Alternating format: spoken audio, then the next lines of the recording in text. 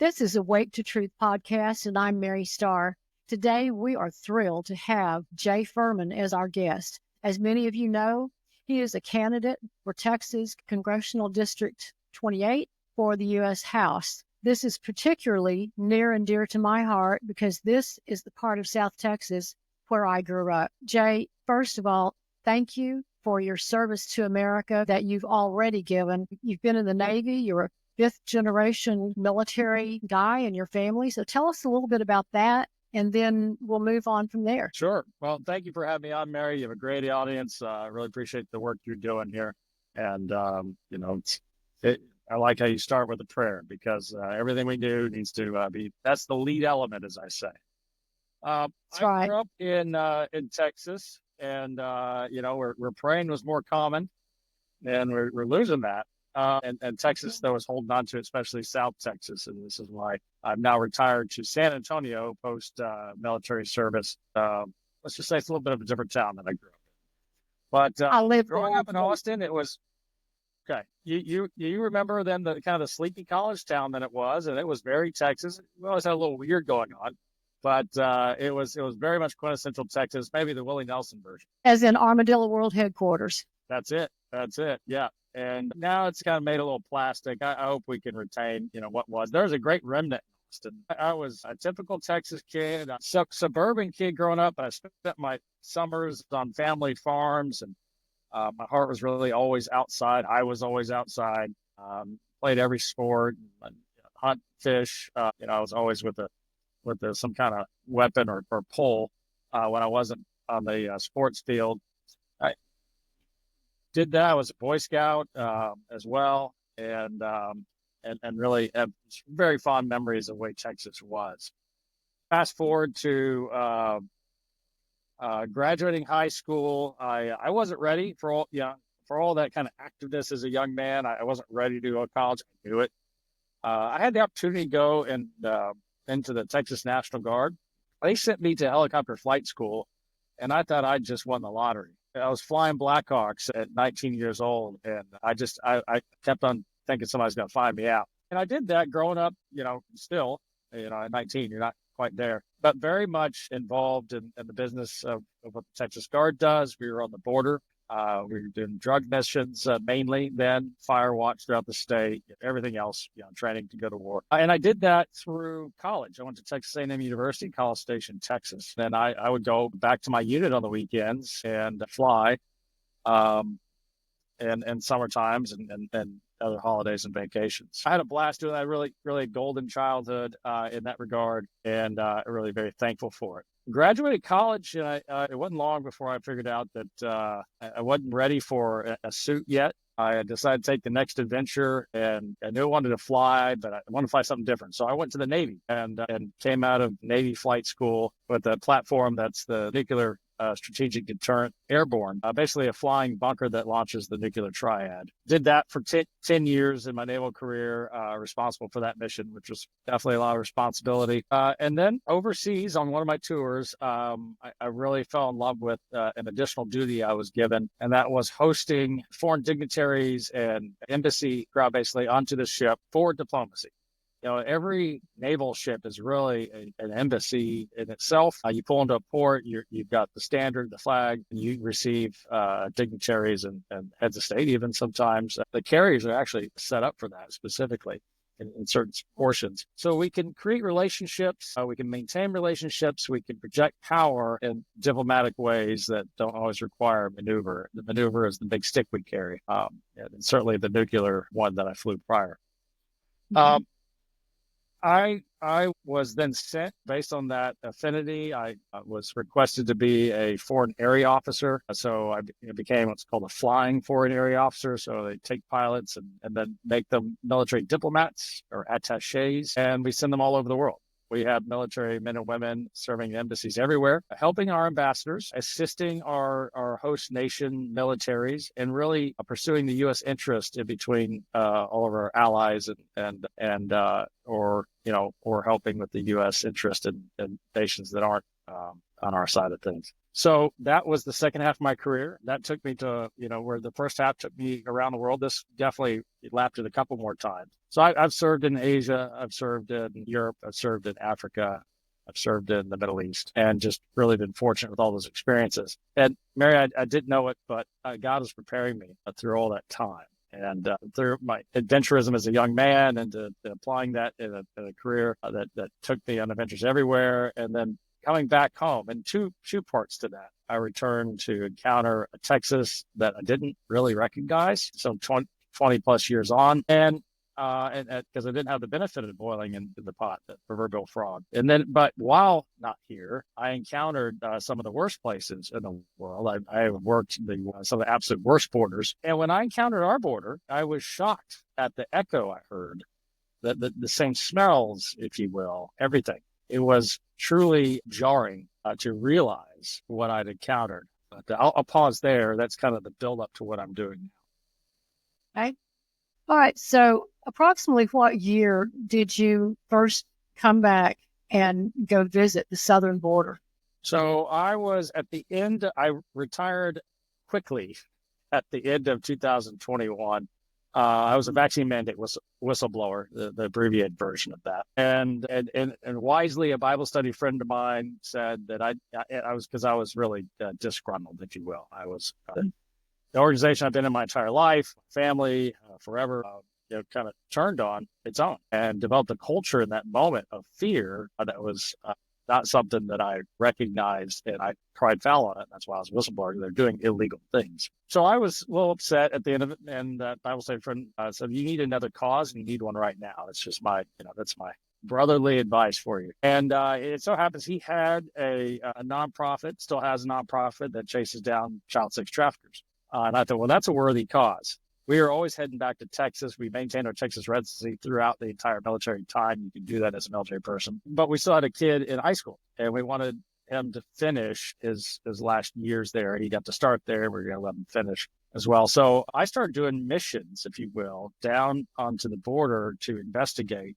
because I convinced this organization that we needed to look at the border. We hypothesized it was the biggest source for what we were going after. We just didn't have any organizational understanding of it. So I went and did my foreign area officer thing. And I showed up and I started calling all my old networks and then building new ones and then trying to really understand the problem set. And those couple of weeks that I put that together, that's where I pick up from my first part of the story. I realized that we had an ongoing attack on the United States, not with bombs, not with guns, but a much more dangerous attack. And it's an attack with a weapon that's actually the most lethal thing to Western civilization in the modern era, to countries today, kills the most countries. And that is weaponized mass migration. Now, that's a legal term that I use to push back against the UN's migration policies and their 2030 machinations. But it is exactly as it says. It's an intentional push, in our case, pull also of a population into another country, a foreign army, if you will, which is a tactic that's been used since the many of the Greek conflicts we know about. And you put that foreign population who's not assimilated, and you do it suddenly. And in history, it's usually more dramatic. But here, we've ingested a massive population that we've allocated with about $2,300 a month per person. We usher them in here quickly, and we quickly place them across the country to spread them out. We get them off the border really quick so they don't look like a bunch of Haitians under a bridge in Del Rio. And I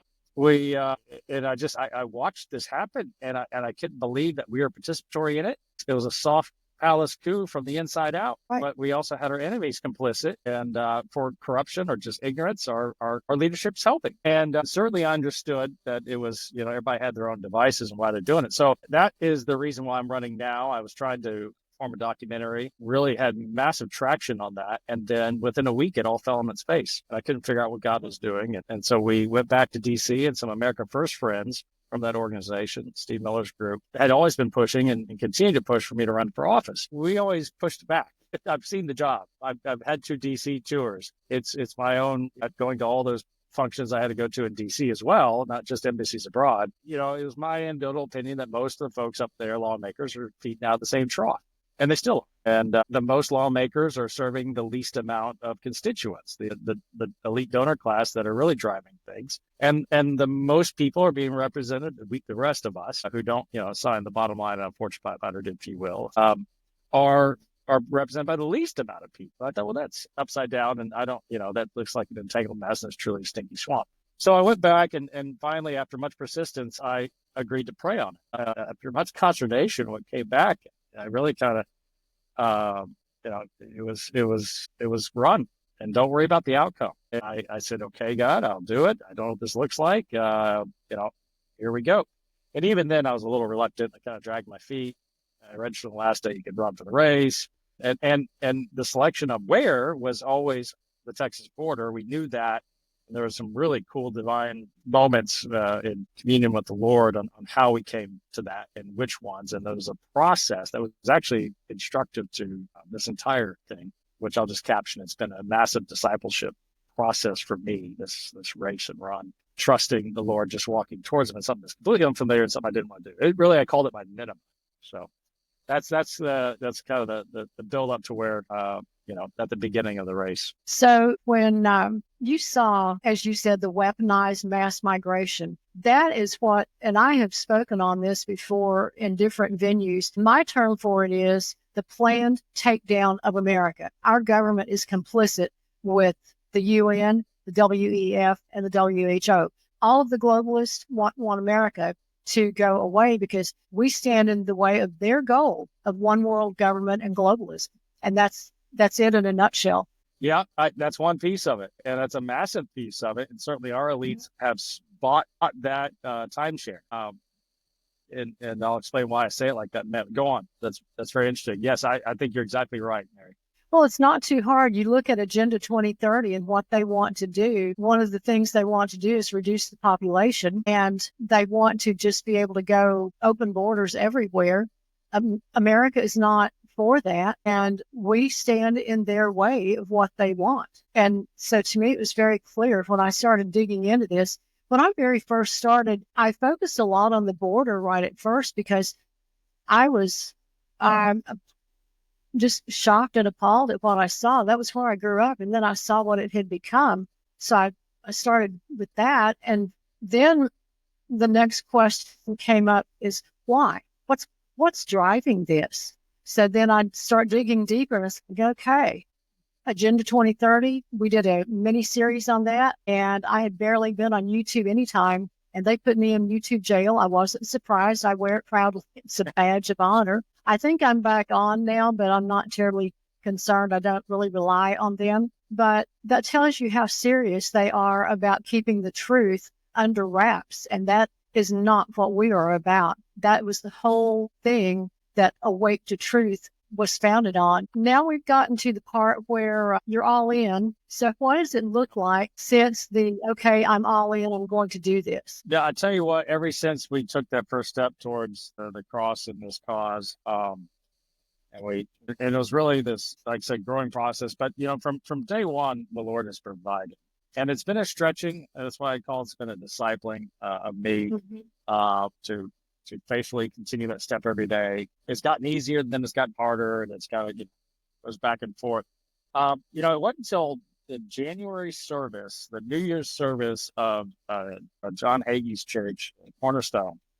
Yes. They had an anointing service, and the sermon was about accepting the mantle from the Lord, what the purpose He's called on your life, and truly accepting, and wearing it in every way possible. And I'd already said, amen, God. I'd already moved to Texas. I'd already deposited my own money into the race, but I was still like, goodness, this is crazy. And it was that service. I'd actually never done an anointing service. I had grown up Presbyterian and in my married life, we came to the Southern Baptist Church, but had never done an anointing service. It was the most powerful service that I've been part of. It was incredible. And it was God telling me, it was me accepting, actually. It was me accepting. It was God sitting there waiting, and me being fully heart, head, body in to the extent that I'm capable. And it was very powerful in that, and then moved out. And ever since then, especially, God has just blessed us every day. It's like manna from heaven. It's just been incredible. I don't even, my heart rate doesn't even go up anymore when I encounter the next person he provides in this journey. That's exactly what I need at the time and the resources I need. And it's always less people and less money. It's always overwhelming odds. And, what are you doing? You're trying to break into a 110-year Democrat district, LBJ's old district, the Duke of Duval, which you'll know the stories of. Yeah. So it's epic. This is the ultimate Democrat plantation. And so I just, and I don't know what God's still doing. I still am giving the outcome to him and just run. The outcome's mine. And I hold on to that. And I believe it wholeheartedly, whatever that outcome is.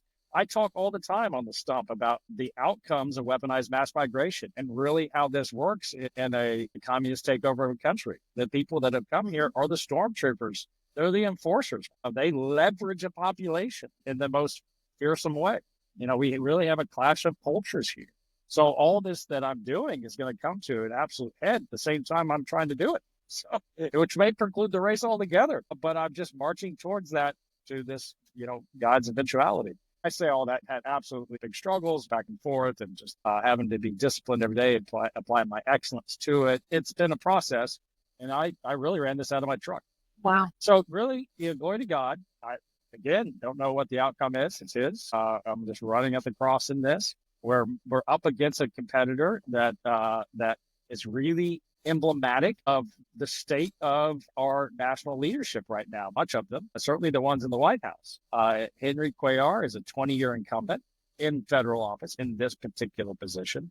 He is 20 years before that in the State House, knows everybody. And for whatever he may begin, in good intentions, he's arrived at a point where he's absolutely dishonored his family and his district. There's really no other way to say it. And the actual blood on his hands, in my opinion. He sold out the American interest for his own profiting. And he's not unique. He's been caught in a dramatic way, a la, Senator Menendez. And so it's not only, this district, so let me describe the geography a little bit. It begins with the Alamo. The Alamo is in District 28 now. And from that southeast quadrant of Bexar County, which is San Antonio, we extend all the way to the Guadalupe River. So that part of Guadalupe County. And then south of San Antonio, we then capture 7 more counties, to include 3 in Duval, where Freer is located. And then all the way down to the border, and we have Webb, Zapata, and Star. Well, as you well know, this part of the RGV and Laredo are absolutely where the worst of the worst come through historically. Most guns, most drugs, most money. Just think Fast and Furious. It's been peppered by, if you will, by somebody that's been part of the problem.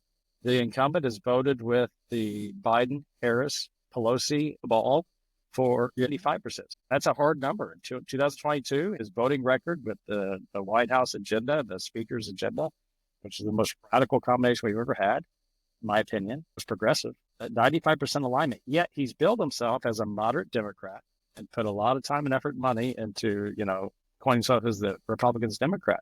But at the same time, though, he developed fake LLCs, put them in the name of the women in his family, and ran a sham consultancy through his wife and his underage daughter on the state of Azerbaijan, ex-Soviet vassal state, Muslim country, and advised Mexican banks. And so concurrent with the time that he's in D.C., not lobbying for that country that his wife was somehow an expert on helping as a county tax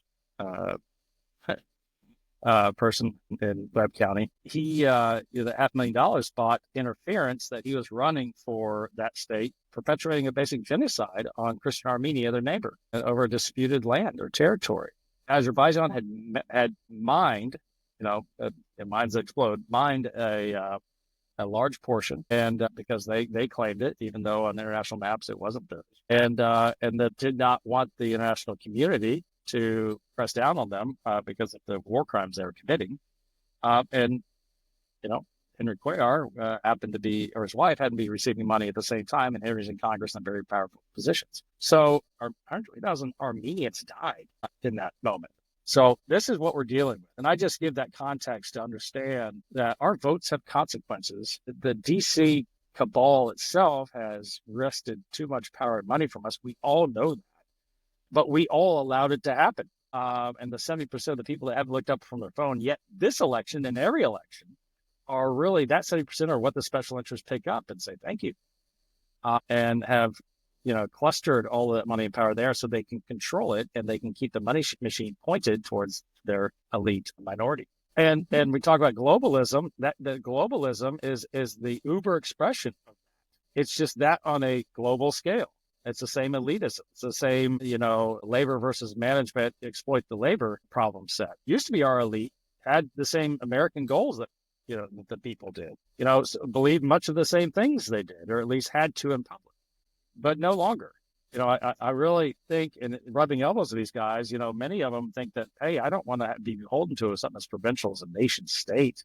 I don't have to answer to the people. Their values are, they're arcane, they're backwards. And so these people, and that's why all this cultural attack's happening to us to try to force change on us with shocking, jarring effect and really make us numb to the change structurally to try to do with our country in a very real political and economic way. And those are the two mainline attacks. And physical enforcers of that, the thugs of this cultural, political, and economic revolution are the border invaders. Now, many of them are unwitting to this, and that's how this weapon works. Now, many came, or when this happens, people come for different reasons, but mostly for economic. But if you're letting everybody in, and the Border Patrol people, everyone I talk to say, we're not recording who is coming in. In fact, there's no database big enough for them. We're just letting them in. Just pass on through as fast as we can. You just need numbers because Americans won't vote for this administration. They need to import foreigners, which is treason on the face of it. But Yes. But the way it works is our enemies recognize that too. So the entire quartet of evil and all of their evil friends have run into this Trojan horse attack opportunity concurrent. And so, we're left with anybody running in this country doing whatever they want. The sophisticated ones are quiet and lay low until their moment of opportunity. And I invite people to think back to how bad this could get. If you imagine the BLM summer of 2020, unfortunate death of George Floyd sparked national revolts. Well, just multiply that times 10,000. Every city in America that has these people stacked on top of it. We live in a first responder paradigm of security and safety domestic. The people that came here and crawled through the Darien Gap to get here, they come from places with high walls and personal guards protecting anybody that has something. Well, guess what, Mary? We all have something compared to these folks. And we have, most of us, 2 panes of glass, a deadbolt at the door, maybe dad's shotgun. But mass is a quantity of warfare of its own. There's no stopping barbarian horde. Once lawlessness is perceived, just like the Tren de Aragua in Colorado, that's also happening in Texas, that's also happening in Chicago, New York City. Once that catches on and goes, TikTok viral, well, then we're in trouble, right? And I really think that's the opportunity actually invited by the people that want to make us the United Nations of America. I think that they want that opportunity to establish order in a martial law way, to take the guns, to slow the spread for 2 weeks. We'll give them, if you will. And then we're done. Every country, every Western country I've operated in that lost their guns, UK, Australia, South America, much earlier, they've lost their sovereignty. They lost their individual sovereignty. They have done. Australia was crushed during COVID by their own leadership. Well, you took the words out of my mouth, because when you were saying that, and I thought he's leading up to saying the word Australia, because that's what has happened. They gave up their weapons, and look at what has happened to them. It's been devastating. It's terrible. It's terrible. And China orchestrated that too, by the way. Indeed, they did. They're orchestrating this. They are capable of that. People can't think of a Dr. Evil or a Machiavellian character as capable as this greater symphony of American destruction that's happening right now. But China has a systems theory and an organs of their government that are absolutely capable of this. And they have been at it for 50 years. They're patient, and they have all kinds of convenient bedfellows. They're paying for Hezbollah to be placed in this country and anybody else they can work with. They're playing the long game, which is accelerating to a crescendo right now. Yes, it is, and quickly at that. So as we come to the end of our time, you've covered a tremendous amount of territory. What are some of the things that you, not if, but when you win and get to Washington, what are some of the things that you intend to work on first and foremost? First and foremost, the nearest alligator to the boat are the people that are, the enemy that is among us. And I make a differentiation. We have a beautiful immigration story. is our secret sauce. And that's why this attack's been so effective. They've been hiding in plain sight, coming in through something we think we recognize, but it's not that. The beautiful Texas immigration story, or actually it's one family, one border, truly.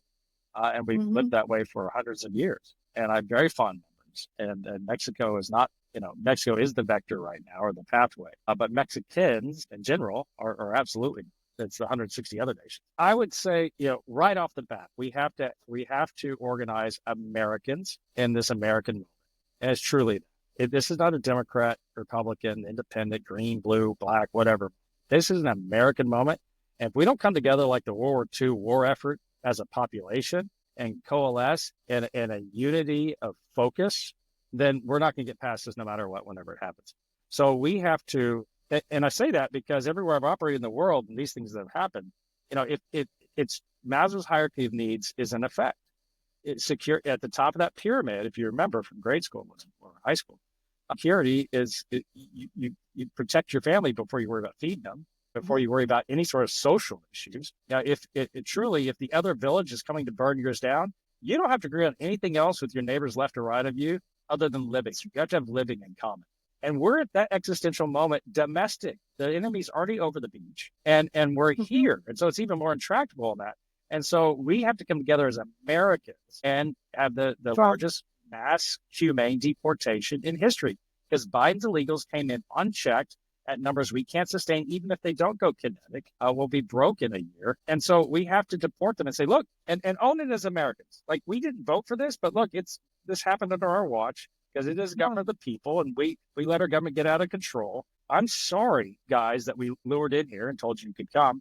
You're going to have to go. But if you cooperate with us and you go to one of these surge deportation asylum adjudication centers, then we will give you, we'll give you something for your trouble, because that's a lot cheaper. And we will, for those that cooperate, we will deport you back to your country of origin, or a third country that will accept you if yours is deemed not safe. And that's truly that, that case. And there are countries that will do that. Absolutely will do that in this moment for us. And we will pay them, because we're actually paying the people that are sending the people here to break us. We just switch the countries that are getting that money.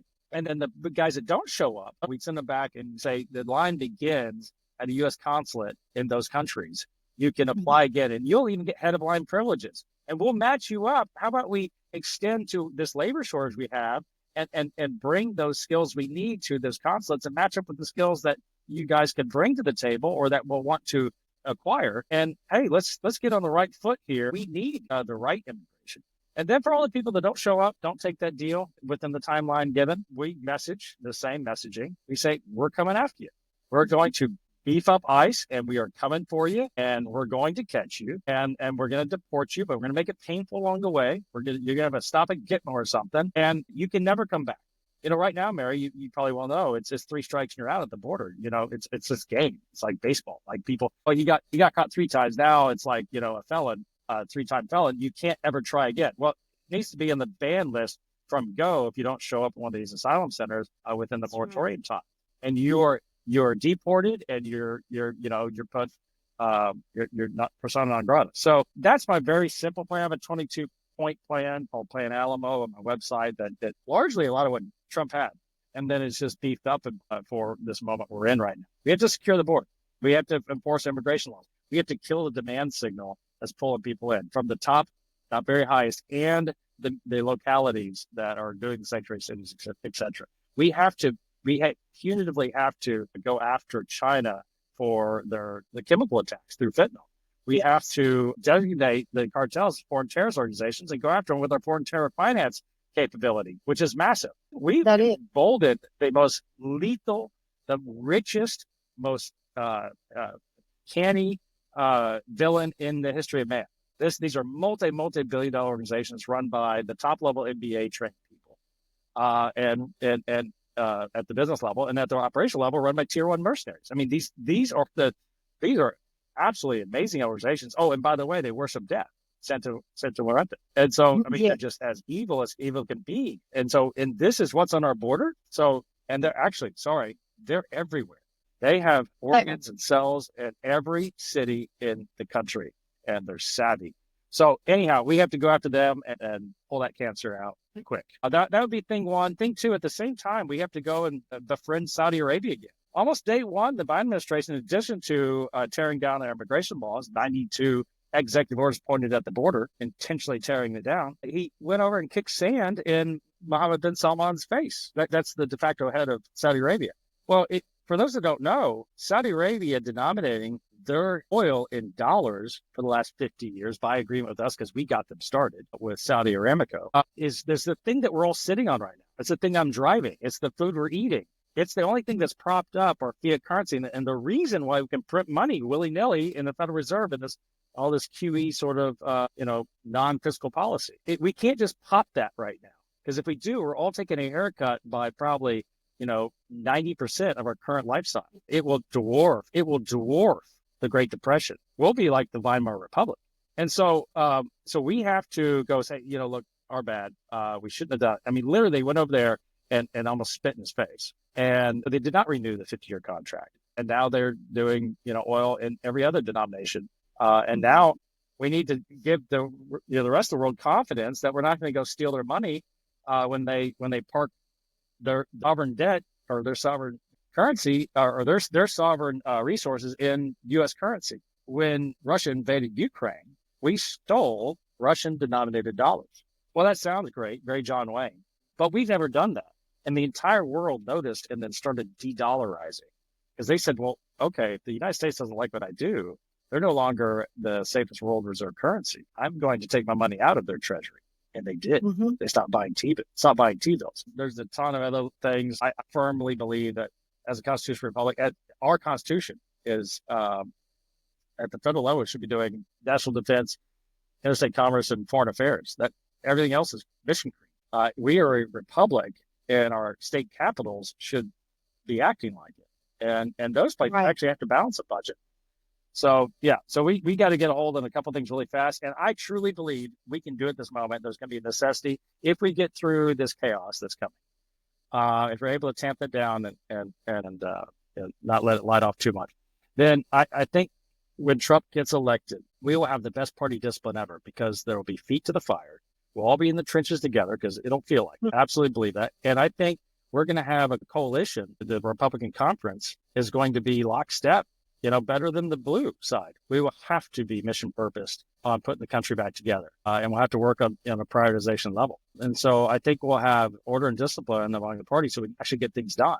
I think we're going to increase the majority in both the Senate and the House. In addition to and we need The one thing that I'm hearing you say is in line with what I heard last weekend. I was one of the speakers at an event last weekend. Every speaker had a different message, but there was one common thread that ran through all of it, and it was unity. Our country has got to come together in unity because a house divided, and the scripture, a house divided will not stand. And America has got to come together as Americans. And one of the greatest exhibitions of that I have seen was RFK Jr. and Donald Trump coming together saying, let's work together. Do they agree on everything? Of course not. But what did they do? They said, we're going to put aside our personal agendas. We are going to work together for the good of America. And we will start with a foundation of unity. And that's what they're doing. And that's what we will build on. Amen. I love that. Yeah, that's how the blue, our enemies abroad, that's how they're trying to take us down, is divide us. And that's 100%. It's 100% true. And South Texas, let me put a plug in for where you grew up. We haven't forgotten God, family, country down here, as I mentioned before. No, they have not. The Hispanic population in general has not forgotten God, family, country. I'd say as the size of the population compared to any other ethnic group in our country, they are probably more on key with that than any other group, comparatively for size, for sure. I truly believe, and it's an American story, this is an American story, that the Hispanic population can save America. I think if we can shift and have them realize these are not represented by a Democrat at all. In fact, the opposite. And if we can shift South Texas to the right where they belong, everywhere in the world that's been the case. Everywhere I go, people know Texas and they want to know all about it. What is no difference in our own country? If South Texas, which this is, if you look at the blue blobs on the heat map of parties, my area is a big blue blob, along with all the metropolitan areas.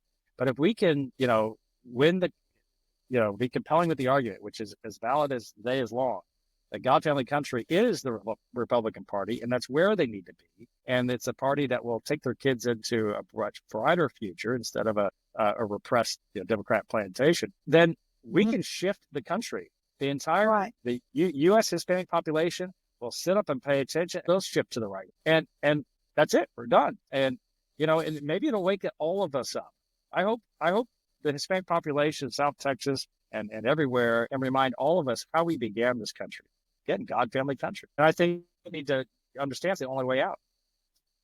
Right. I read something that said a liberal in the 60s, if you fast forwarded that person to today, they would be a conservative now, because that's how the Democrat or the liberal, quote unquote, party was in 1960. And now that party has left those people and they have become conservatives. They're just like the rest of us. They are. There was something going around the internet, and Chip Roy shared it with us. The 1992 Democrat National Platform preamble. Yes. You just read through it. It could almost be the Republican platform. That's it. We have oceans of distance between us now. So I have great hope because we are shifting to the right in South Texas, where a lot of people are waking up. They just need permission to do it. And I say, what? Your kids are the ones giving you permission. Your kids needing a better future. That's your permission. You can, your abuelas and your tios are, voted one way. You can respectfully say, look, we're going this other way because it's really the same way. I'm actually honoring my elders and the people leading my family who may still have not changed their mind, but they'll see it. And it's not a brand. It's not a brand. So that's what we're helping them do. And we have great hope that it's happening. Lots of good things happening in the race overall. And I think this is a country-wide platform. Thank you for your patience and me just going on and on. But that's why I'm running. That's right. You've got great ideas and great plans. I thank you for sharing them with us today. God bless you and keep you and protect you through this election. We will be praying for you and wishing you all the best. So thank you again for coming on with us today. It's been great. Thank you as well, Mary. Many blessings to you and your family and your audience. God bless and protect us all. Struggle under the Biden-Harris inflation. Henry Cuellar used your office to enrich himself and empower cartels. Open borders, high prices, corruption. That's Henry Cuellar. With 28 years of military service, Commander Jay Furman will restore security and integrity, ending the corruption that's held South Texas back. With God as my witness, I will break the political machines, designate cartels as terrorists, and bring high-quality jobs for your family. I'm Commander Jay Furman, and I approve this message.